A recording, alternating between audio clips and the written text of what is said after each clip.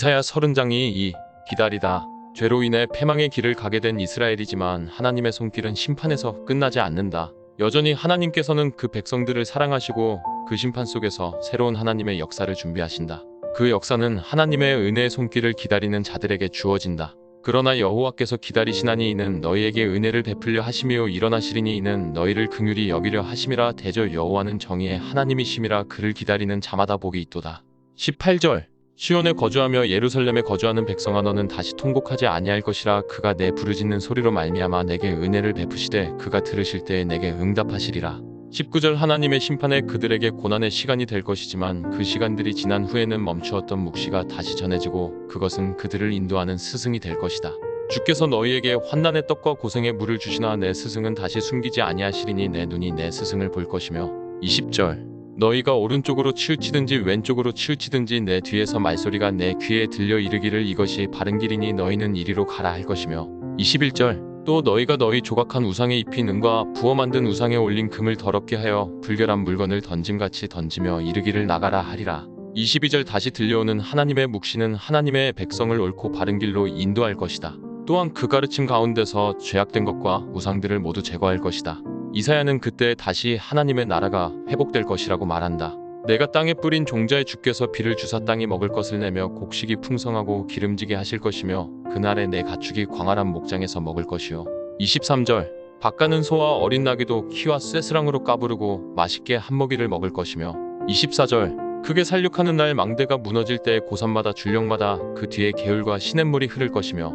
25절 여호와께서 자기 백성의 상처를 싸매시며 그들의 맞은 자리를 고치시는 날에는 달빛은 햇빛 같겠고 햇빛은 7배가 되어 7날의 빛과 같으리라. 26절 이러한 모습은 심판으로 모든 것이 무너진 후에 다시 새롭게 시작되는 새 창조의 모습을 보여주는데 앞선 심판 때의 모습과 대비를 이룬다. 씨를 뿌린 곡식은 하나님의 은총 아래 풍성하게 자라고 키우는 가축들이 엄선된 사료를 먹을 정도로 안정된 삶이 된다는 것이다. 심판의 아픔이 지나간 후에 하나님께서는 상처를 치유하시고 새로운 하나님의 역사를 이루어 가신다. 3. 모든 것을 심판하시리라.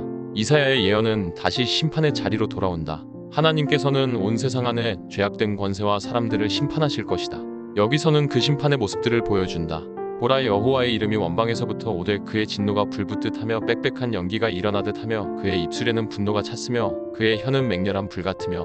27절 그의 호흡은 마치 창이라여 목에까지 미치는 하수 같은즉 그가 멸하는 키로 열방을 까부르며 여러 민족의 입에 미혹하는 재갈을 물리시리니.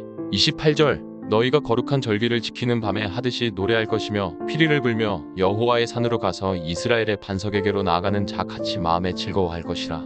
29절 여호와께서 그의 장엄한 목소리를 듣게 하시며 혁혁한 진노로 그의 팔에 치심을 보이시되 맹렬한 화염과 폭풍과 폭우와 우박으로 하시리니. 30절 심판을 위해 오시는 하나님의 형상은 모든 것을 태워버릴 듯한 불과 같고 모든 것을 휩쓸고 지나가는 홍수와도 같다. 그의 진노 앞에서 그 누구도 안전을 보장할 수 없다.